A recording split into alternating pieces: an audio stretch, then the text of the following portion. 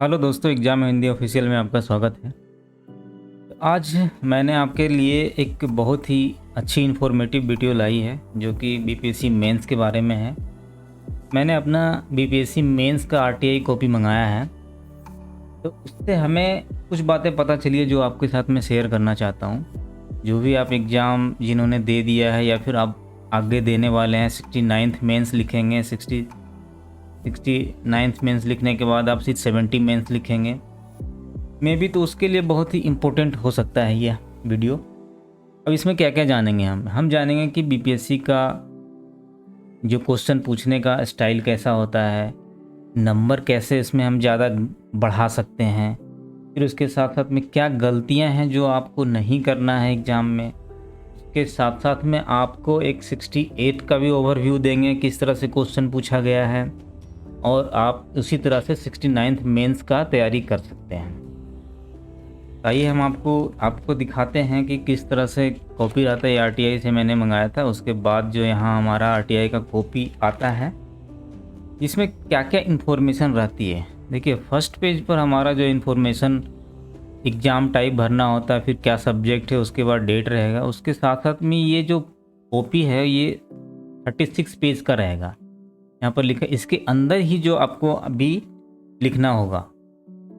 पहले क्या होता था कि हमें क्वेश्चन नहीं दिया रहता था, ऐसे उसके हमें आंसर दिया रहता था, आप क्वेश्चन जो है वहाँ देख के क्वेश्चन को आप करेंगे। अभी क्या रहेगा, आपको एक क्वेश्चन बुकलेट तो दिया ही रहता है और साथ ही कॉपी में जो है क्वेश्चन छपा रहेगा, जिसमें कि आपको स्पेस दिया रहेगा, उसके अनुसार वो उसी स्पेस में आपको लिखना है।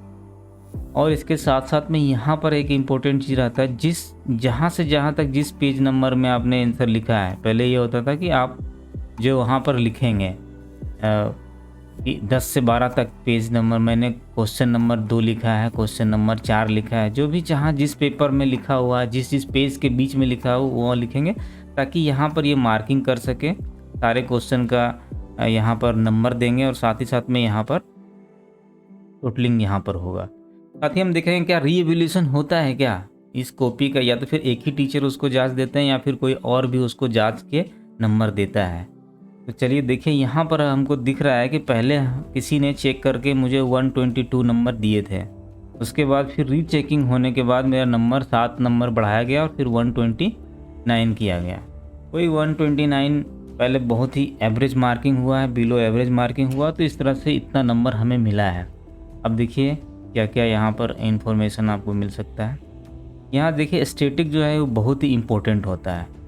तो मैंने सबसे पहले क्या है कि स्टैटिक स्टार्ट किया था, क्योंकि बाद में लिखते लिखते आपका माइंड अगर उस समय स्टक हो जाता है, कहीं पर प्रॉब्लम हो जाता है, यानी कि बोर हो जाएंगे, या तो फिर लिखते लिखते आपको उस समय लास्ट टाइम पजल हो सकते हैं, तो आप पहले स्टैटिक शुरू कर सकते हैं। पहले स्टैटिक शुरू करने का फ़ायदा है कि फ्रेश माइंड रहेगा, और अगर स्टैटिक आपका हो गया तो समझ लीजिए कि 72 नंबर्स में आपने जितने भी मैक्सिमम स्कोर करना चाहें तो कर लिया, तो फिर आपके लिए फिर लिखना आसान हो जाता है। इसीलिए सबसे पहले मैंने स्टैटिक्स को टच किया था। अब देखिए, पहला नंबर में जो है पहला क्वेश्चन में जो मुझे नंबर दिए गए 7 नंबर दिए गए। अभी पहले उस समय क्या होता था, कॉपी में आपका 38 मार्क्स दिया रहेगा क्वेश्चन के बाद। हमें ये नहीं दिया रहता था कि इस पार्ट का 7 नंबर है, 8 नंबर है, 7 नंबर। अभी जो आप एग्ज़ाम देंगे 69th मेंस देंगे, उसमें आपको क्वेश्चन के आगे 6 नंबर, 7 नंबर, 8 नंबर, जो भी नंबर है वो आपको वहाँ लिखा रहेगा। इससे और आसान हो गया है। अभी हमें पता नहीं चला कि इस कौन नंबर क्वेश्चन में जो 12 का को हमने बनाया है, इसमें से कितने मार्क्स मैक्सिमम थे कि वो दे सकता था। तो उसने एक 7 नंबर का एक एवरेज नंबर दे दिया है, लगभग फुल नंबर ही हो सकता है इसमें, क्योंकि 4-5 पार्ट में स्टैटिक्स रहता है। अब देखिए, दूसरे में उसने ओनली 2 नंबर दिया। क्यों दिया? क्योंकि इसमें आंसर बोल रहा है कि गलत है, इसीलिए उसने 2 नंबर दिए हैं। नेक्स्ट क्वेश्चन देखिए, इसमें मुझे 7 नंबर मिले। ये सब कुछ सही हो गया तो इसका 7 नंबर मिला। ये जो स्टैटिक्स में एक फ़ायदा है कि जो भी नंबर आप अगर सॉल्व कर देते हैं तो उसमें आपको फुल के फुल नंबर मिलते हैं। लेकिन आइए देखते हैं फिर आगे क्या क्या हो रहा है। फिर यह जो मैंने एक नेक्स्ट जो क्वेश्चन सॉल्व किया है, उसमें जो है देखिए, उसमें पूरा सॉल्व करने के बाद उसने क्या है, यहाँ पर बोल रहा है कि आपका आंसर गलत है, इसका 2 ही नंबर दिया। यानी कि आपको इससे क्या सीखने को मिला, ये सीखने को मिला कि बीपीएससी में जो स्टैटिक्स का आप स्टेट बनाएंगे उसमें आपको आंसर जो है आपका वेरी वेरी इंपॉर्टेंट रोल निभाता है। अगर आपको आंसर सही आ गया तो आपको नंबर मिल जाएंगे फुल, अन्यथा जो है आपके नंबर कम हो सकते हैं, कहीं कहीं यहाँ 0 भी दे सकता है। खैर थैंक यू, उसने मुझे 2 नंबर दिया है। नेक्स्ट क्वेश्चन में जो हमने किया है वो सारा कैलकुलेशन सही किया तो उसने 7 नंबर दिया है। फिर नेक्स्ट में जो है मुझे 3 नंबर मिले हैं। फिर देखिए नेक्स्ट में मैंने सारा कैलकुलेशन किया है, कैलकुलेशन करने के बाद मुझे फिर ये तो सारा आंसर भी सही है, लेकिन इसमें पता नहीं क्यों उसने 3 नंबर दिए, जबकि जब फुल जो सब सोल्व किया था मैंने तो 7 नंबर दिया था, इसमें उसने 3 ही नंबर दिया है। फिर कभी कभी एग्जामिनर का मूड चेंज हो जाता है। तो यहाँ देखिए, यहाँ पर भी हमें सारा आंसर सही भी हो गया, फिर उसने 4 नंबर दिया है। शायद बाद में उसने पहले 7 दिया था फिर 4 दिया था, फिर राउंड किया हुआ है। फिर नेक्स्ट देखते हैं। फिर नेक्स्ट जो आप डिस्क्रिप्टिव टाइप का क्वेश्चन आ रहा था। यहाँ जो हड़प्पा सभ्यता का जो मौर्य कला का लिया गया उसका क्वेश्चन जो हमारा था, ये देखिए, ये पहला क्वेश्चन जो मैंने टच किया है क्वेश्चन नंबर 5 से किया है। यह क्वेश्चन नंबर 5 है। मौर्य कला तथा भवन निर्माण कला की विशेषताओं को स्पष्ट कीजिए तथा बौद्ध धर्म के साथ उसके संबंध पर भी विचार कीजिए। तो ये क्वेश्चन हमने टच किया था। अब देखिए इस क्वेश्चन में हम देखते हैं कि इसका आंसर जो है वो हमने किस तरह से लिखा है और साथ में इसमें क्या क्या गलतियां की है, ये बहुत ही इम्पोर्टेंट है। इसमें देखिए मैंने क्या किया लिखा है, इंट्रोडक्शन लिखा है इतना। हड़प्पा सभ्यता के बाद मौर्य कला का विकास एक उत्कृष्ट कला के रूप में हुआ है, जिसको ब्राह्मण धर्म के विरोध में उत्पन्न राजाओं द्वारा जो क्षत्रिय थे के संरक्षण से उत्पन्न बौद्ध धर्म के उदय के साथ साथ हुआ है। शायद इंट्रोडक्शन में थोड़ा सा एक लाइन और मुझे जोड़ना था, क्योंकि यहाँ जो नंबर मिलने हैं वो बहुत ही 38 नंबर मिलने थे और इसमें कम से कम मुझे 5 या 6 पेज का आंसर देना था। तो इंट्रोडक्शन में थोड़ा सा और बड़ा हो सकता था। फिर मैंने बॉडी पे आ गया, मौर्य कला के निम्नलिखित रूप है। फिर ये रूप हो गया फर्स्ट रूप, सेकेंड रूप। फिर इसमें से मैंने इसमें अंडरलाइन नहीं किया, यहाँ आप ध्यान दीजिए कि अंडरलाइन मेरा नहीं हुआ है, जिसके कारण मेरा नंबर घटा है। अंडरलाइन हो गया, नहीं हुआ है। ये देखिए अशोककालीन स्तंभ है, स्तंभ में मैंने मैपिंग ग्राफ नहीं दिखाया है। ये नहीं दिखाया कि कोई एक फ़ोटो पिक्चर बना दे कि स्तंभ इस तरह का होता है। शायद टाइम की कमी थी या फिर कुछ न कुछ होता था जो कि मैं नहीं कर पाया, या तो इसमें मुझे स्तंभ को दिखाना था। अगर ये मैं स्तंभ दिखा देता तो शायद 4-5 नंबर और मुझे बढ़ जाते। फिर स्तूप है, स्तूप को भी मुझे इस तरह से स्तूप दिखाना था। फिर उसको गुफा को दिखाना था। गुफा में भी मैंने थोड़ा सा एक गलती किया कि इसमें गुफा का नाम नहीं है। कोई भी गुफा का नाम जैसे सुदामा गुफा, कर्ण चौपड़ गुफा, ये नाम देना था, ये नाम मैंने नहीं दिया है। फिर देखिए मूर्ति कला का तो मैंने ठीक है चलो दीदारगंज का जो है नाम दिया, एक्शनी की मूर्ति। फिर यहाँ से मैंने अंडरलाइन करना शुरू कर दिया। तो इसलिए मुझे 90 नंबर मतलब 50% मार्क्स उसने दिया है, जो कि एक अच्छा ही है। एक मार्किंग 50% से ज़्यादा थोड़ा और हैवी बढ़िया लिखते हैं आंसर तब देते हैं। तो चलो ठीक है, मुझे इसमें मैपिंग नहीं किया, मैंने कोई ग्राफ नहीं बनाया, कोई पिक्चर नहीं बनाया, फिर भी मुझे 19 नंबर मिला है। ये अच्छा नंबर है, यानी कि इसमें मुझे जो फैक्ट देना था लगभग उनको जो चेकर हैं उसके अनुसार से था। बस वो मैप वगैरह हो जाता तो इसका नंबर कम से कम 5-7 नंबर और बढ़ के कम से कम 20-22 तक तो चला ही जाता। नेक्स्ट क्वेश्चन देखते हैं। नेक्स्ट क्वेश्चन है क्वेश्चन नंबर 2 मैंने लिया है। क्वेश्चन नंबर 2 में है कि चंपारण सत्याग्रह स्वाधीनता संघर्ष का एक निर्णायक मोड़ था, ये स्पष्ट करना था। तो चंपारण सत्याग्रह का जो क्वेश्चन एक थोड़ा सा तो एक इसका जो सब्जेक्ट है ये थोड़ा सा नैरो है, इसमें आप ज़्यादा लिखेंगे तो बस कहानी ही बनेगा। और हाँ, तो इसको आप अच्छे तरीके से कैसे लिख सकते हैं ये भी मैं आपको बताऊंगा कि अगर आपको इस तरह का कोई क्वेश्चन आ जाए जिसमें कि थोड़ा सा लिमिटेड हो तो उसमें क्या क्या हम उसमें डाल सकते थे। देखिए यहाँ तो हमने डाल दिया कि ये चंपारण सत्याग्रह जो था स्वाधीनता संघर्ष का एक महत्वपूर्ण पड़ाव माना जा सकता है। 1917 में किसान तिनकटिया पद्धति से त्रस्त थे। ज़मीन का लगान वृद्धि जो है अकाल के कारण किसानों की स्थिति दयनीय हो जाती थी। अतः जो है गांधी के द्वारा राजकुमार शुक्ल के कहने पर गांधी जी चंपारण आए थे, तो राजी हो गए।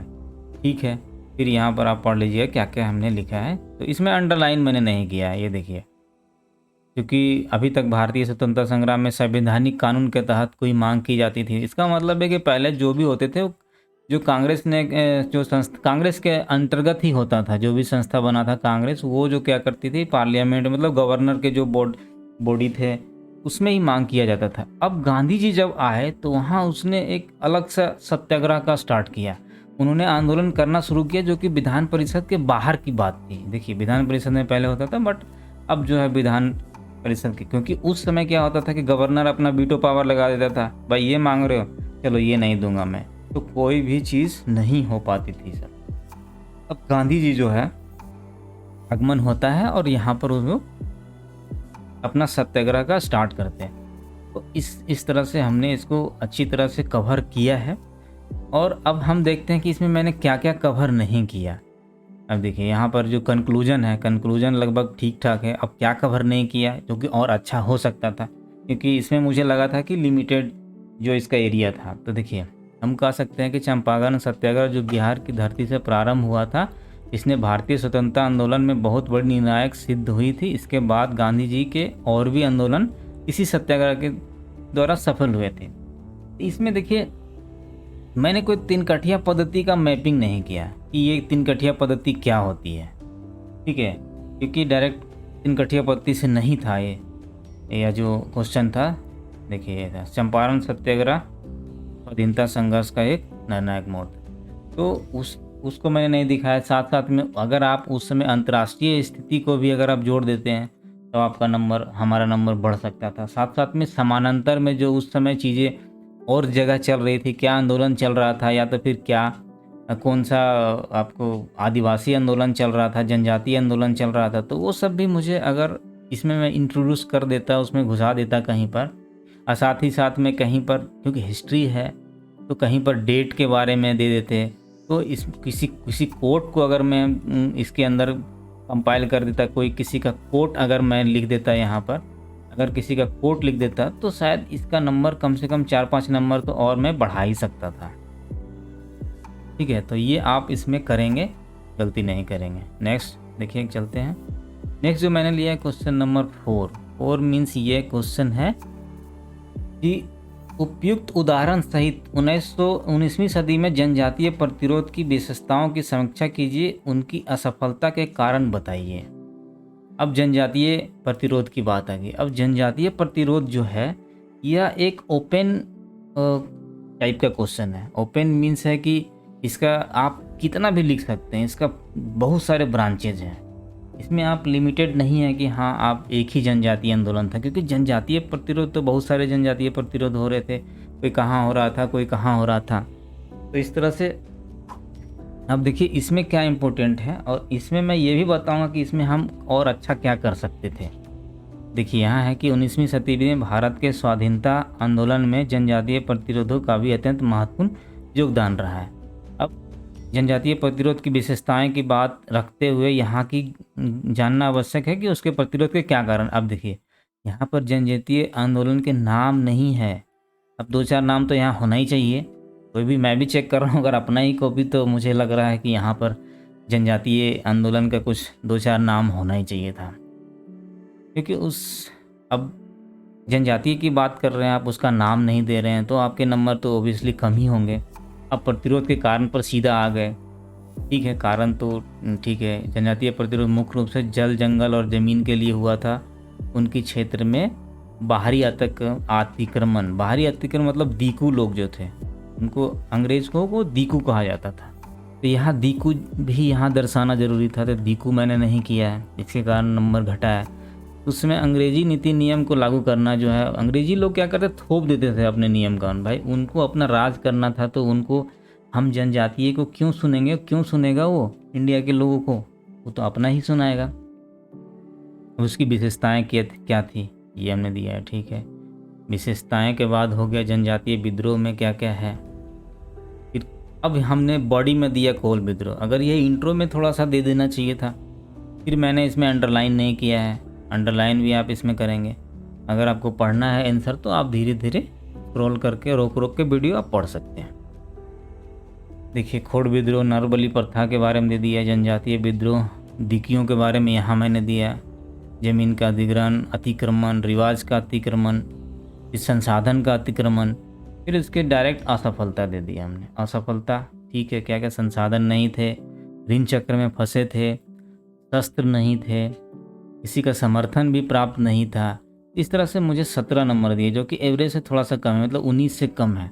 अगर इसमें देखिए मैपिंग का कहीं गुंजाइश नहीं लग रहा है, लेकिन अगर आप तीर का धनुष भी अगर बना देते हैं तो शायद आपको 2-4 नंबर बढ़ जाएंगे। बीपीएससी यही चाहता है कि प्रेजेंटेशन अच्छा हो, वे ऑफ प्रेजेंटेशन अच्छा हो। फिर नेक्स्ट क्वेश्चन देखते हैं। फिर मैंने क्वेश्चन नंबर 8 लिया है। ये 8 क्वेश्चन नंबर जो है चाबार बंदरगाह के बारे में है। उसके साथ में इंपोर्ट एक्सपोर्ट जो यहाँ पर खुल रहा था, चाबागार, अफ़गानिस्तान और भारत के बीच में जो व्यापार बढ़ा था, जब तालिबान के कब्जा से पहले की बात है ये। अभी तो तालिबान का कब्जा है, तो उसमें जो है ईरान के साथ में, तालिबान के कब्जा से पहले जो था अफ़गानिस्तान सरकार के साथ में हमारा रिश्ता अच्छा था। अब नेक्स्ट देखिए, अब यहाँ पे कहा है कि भारत की चाबार बंदरगाह परियोजना एक अत्यंत महत्वाकांक्षी परियोजना है। यह व्यापारिक के साथ साथ सामरिक रूप से भी महत्वपूर्ण है। ये देखिए, इससे मुझे लग रहा है कि जो हेडिंग है मेन जो, ये थोड़ा सा ठीक है, लेकिन ये थोड़ा ज़्यादा ही बड़ा हो रहा है। अब यहाँ पता नहीं चल रहा है कि हेडिंग इतना ही है। आई थिंक हेडिंग इससे ज़्यादा बढ़िया होना चाहिए था। और उसके साथ साथ में हमने मेन बॉडी पे सीधा आ गया।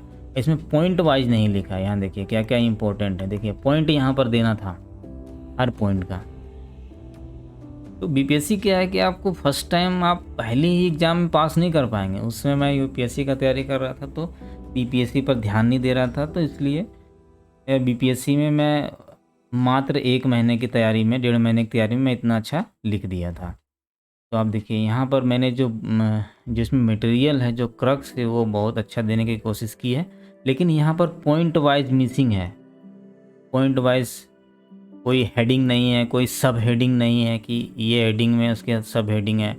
इस तरह से एग्जामिनर जो है वो चाहता है कि मुझे थोड़ा सा बना बनाया मटेरियल मिल जाए आसानी से, ताकि हम उसको जा सकें। और उसने पढ़ा कि नहीं पढ़ा, लेकिन टिक लगा दिया है और वो एवरेज मार्किंग उसने कर दिया है। देखिए मैंने इतना लंबा चौड़ा लिखा है, सारा उसमें मटेरियल लिखा है, लेकिन वे ऑफ प्रेजेंटेशन के कारण मुझे कितने नंबर मिले हैं? 15 नंबर मिले हैं। अब इसमें मिसिंग क्या क्या है? देखिए मिसिंग पार्ट क्या क्या है। मिसिंग पार्ट में सबसे पहले तो कोई मैपिंग नहीं है। यहाँ पर मैप बहुत ही इम्पोर्टेंट हो जाता है, क्योंकि आईआर था तो आप मैपिंग आराम से बना सकते थे। ईरान, अफ़गानिस्तान, इंडिया, किस तरह से रोड जा रहा है वो आप बना सकते थे। फिर इसमें पॉइंट वाइज मैंने नहीं लिखा कि कोई पॉइंट दिया गया है। ये हेडिंग इसको बोल सकते हैं कि क्या क्या इंपॉर्टेंट है, इसका प्लस पॉइंट क्या है, इसका माइनस पॉइंट क्या है, ये हेडिंग आपने नहीं दिया है हमने। फिर कंक्लूजन तो ठीक है, तो कंक्लूजन और हेडिंग के बेस पे जो मीटिंग उसे ही पर नंबर मिल गया है। नेक्स्ट देखिए, नेक्स्ट क्वेश्चन नंबर 11 जो है हमने अटेम्प्ट किया है। क्वेश्चन नंबर 11 क्या है? भू राजकीय गतिशीलता में सांकेतिक परिवर्तन के रूप में OIC, यानी OIC के बारे में स्पेशली है। उस समय क्या था कि इंडिया को बुलाया गया था, सुषमा स्वराज गई थी, तो विदेश मंत्रियों के सम्मेलन में भाग लेने के लिए भारत को अतिथि विशेष के रूप में UAE के निमंत्रण का विवेचन कीजिए। UAE में हमारे विदेश मंत्री उस समय सुषमा स्वराज गई थी। तो अब इसका जो आंसर हमने दिया है, देखिए OIC एक इस्लामिक देशों का संगठन है। इसकी स्थापना 1969 में, यहाँ पर डेट मिसिंग है, डेट भी दे सकते थे, सऊदी अरब में हुई थी। फिर मुस्लिम बहुल राष्ट्र है। इसमें परसेंटेज कितना है? मुस्लिम आबादी तो है, इसमें अगर हम आबादी का परसेंटेज दे देते कि कितना परसेंट आबादी परसेंट, तो ये बेटर बन सकता था। फिर उसमें देखिए आगे पढ़िए, अब धीरे धीरे पढ़ लेंगे। तो OIC में पहले भी बुलाया गया था, ये तो हमने बता दिया, मेन फैक्ट है, बता दिया है। जो मुझे नंबर मिला है जो मटेरियल फैक्ट पर ही मिला है, ये देखिए आप पढ़ लीजिएगा क्या क्या हुआ था, ये हमने OIC के बारे में सारा बता दिया है। अब देखिए इसमें भी मुझे 16 नंबर मिले, इसमें भी वही सेम चीज़ मिसिंग है, यानी एक ही गलती हमने एक साथ किया है। अंडरलाइन मिसिंग है, अंडरलाइन के साथ साथ में यहाँ मैपिंग मिसिंग है, क्योंकि जब IR का क्वेश्चन है तो मैपिंग तो ज़रूरी है भैया, मैपिंग के बिना कहाँ नंबर देगा। प्रेजेंटेशन सही नहीं है, प्रेजेंटेशन ऐसा होना चाहिए कि देख के लगे कि हाँ OIC का कुछ आंसर लिखा, शॉर्ट फॉर्म में लिखना था, लाइन बाय लाइन लिखना था, तोड़ तोड़ के लिखना था। नेक्स्ट क्वेश्चन चलते हैं। फिर मैंने क्वेश्चन नंबर 10 स्टार्ट किया है। 10 में कौन सा है, ये देखिए। दो राष्ट्रों के बीच लोगों के मुक्त आवागमन का जहाँ तक सवाल है, भारत ने नेपाल और भूटान के साथ मुक्त द्वार नीति क्यों अपनाया है? देखिए, भारत क्या है कि नेपाल और भूटान के साथ मुक्त द्वार अपनाया हुआ है, यानी तो उसके ऊपर लिखा है, ये अच्छा है, कोट है कि भारत बुद्ध का देश रहा है, इसमें सर्वे भवन्तु सुखिनः एवं अतिथि देवो भव का महान विचारक रहे हैं। तो भारत की विदेश नीति के अंतर्गत पड़ोसी देशों की महत्वपूर्ण स्थान जो है दिया गया है। फिर भारत नेपाल एवं भूटान को अत्यंत मित्रता एवं सहयोगी मानता है, दोनों के साथ धार्मिक सांस्कृतिक जुड़ाव है, इसके आवागमन संबंधी प्रावधान के लिए निम्नलिखित परिस्थितियाँ हैं। ठीक है, अगर हम इसके साथ साथ में कुछ अगर करंट इशू अगर हम इसमें मैच कर देते, कोई करंट इशू क्या चल रहा है, उस समय कुछ करंट इशू चल रहा था कि जब भारत का जो तरफ से जो सामान जा रहा था, ट्रक वगैरह, पेट्रोल वगैरह, वो नहीं जा पा रहे थे, चाहे जिस कारण से भी नहीं जा पाए, उसका अभी मैं नहीं बात करना चाहूँगा। तो वो इशू जो है से रिलेटेड भी मामला था, तो वहाँ पर हमने इसको दर्शाया नहीं है। अब देखिए नेक्स्ट जो है, इस तरह से बॉडी में मटेरियल तो मेरा बहुत अच्छा है, उसने दे दिया है मैंने, लेकिन मेरा वे ऑफ प्रेजेंटेशन जो है, इसको ये गलती आप नहीं कीजिएगा। ये जो क्वेश्चन है देखिए थोड़ा सा शॉर्ट फॉर्म में है, या जो क्वेश्चन मैंने लिखा है, कंक्लूजन तो दे दिया है यहाँ पर, लेकिन यहाँ पर जो कंक्लूजन दिया है इसमें थोड़ा सा शॉर्ट फॉर्म है।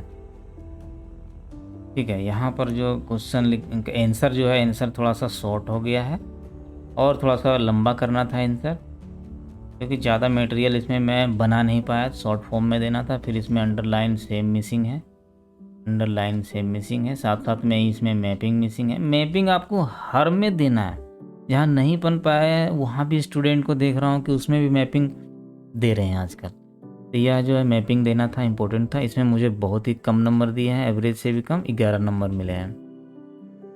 देखिए इसमें आप कंक्लूजन क्या कह सकते हैं? अब इसमें कंक्लूजन जो यही है जो मुझे लगा, जो कि आपको सीखना चाहिए। सबसे फर्स्ट जो है, इंट्रोडक्शन आपका अच्छा होना चाहिए। इंट्रोडक्शन जो है आपका अच्छा होना चाहिए, उसमें कुछ कुछ फैक्ट अगर है तो वो ज़रूर दीजिए। कोई करेंट डेटा है तो आप ज़रूर दीजिए, करेंट डेटा जो है ज़रूर दीजिए, ये बहुत ही इम्पोर्टेंट मायने। कोई करंट इशू चल रहा है, कोई समस्या चल रहा है, तो आप उस क्वेश्चन से संबंधित है तो आपको ज़रूर देना है। किसी का स्टेटमेंट है तो आपको ज़रूर देना है, चाहे मोदी का PM का स्टेटमेंट हो, राष्ट्रपति का स्टेटमेंट हो, या फिर विपक्षी दल का स्टेटमेंट हो। अगर उसमें क्रिटिक आलोचनात्मक लिखना है, क्रिटिक लिखना है, तो उसमें वो भी आप शामिल कर सकते हैं। साथ साथ में उसमें एक्ट होना चाहिए।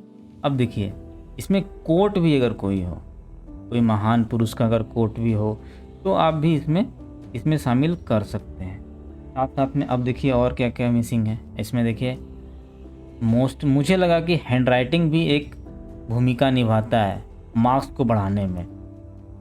अगर मेरी हैंडराइटिंग अच्छी होती तो मे बी कि सारे क्वेश्चन में +2 3 ज़्यादा नहीं निभाएगा, लेकिन 2-3 नंबर तो निभा ही देगा। 2-3 नंबर जो है आपका हैंडराइटिंग में बढ़ ही सकता है। उसके साथ साथ क्लैरिटी होना चाहिए।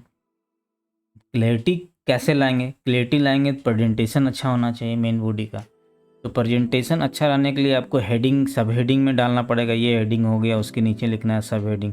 ये हेडिंग हो गया, कुछ मेन मुद्दा हो गया, गरीबी हो गया मान लीजिए, अब गरीबी के बारे में थोड़ा सा लिखिए। ये पॉइंट वाइज जो है क्लैरिटी, पॉइंट वाइज अगर आप आंसर लिखते हैं तो आपको क्लैरिटी ज़्यादा मिलेगी। फिर प्रेजेंटेशन हो गया आपका, साथ ही साथ में हैंडराइटिंग मैंने बता ही दिया। अब मीडियम की बात करें तो मीडियम ज़्यादा बड़ा रोल नहीं निभाता है। मीडियम के लिए आप चिंता मत कीजिए। मीडियम अगर सेम इंग्लिश हो या हिंदी हो, लगभग नंबर सेम ही रहता है। आप एक नंबर मान सकते हैं।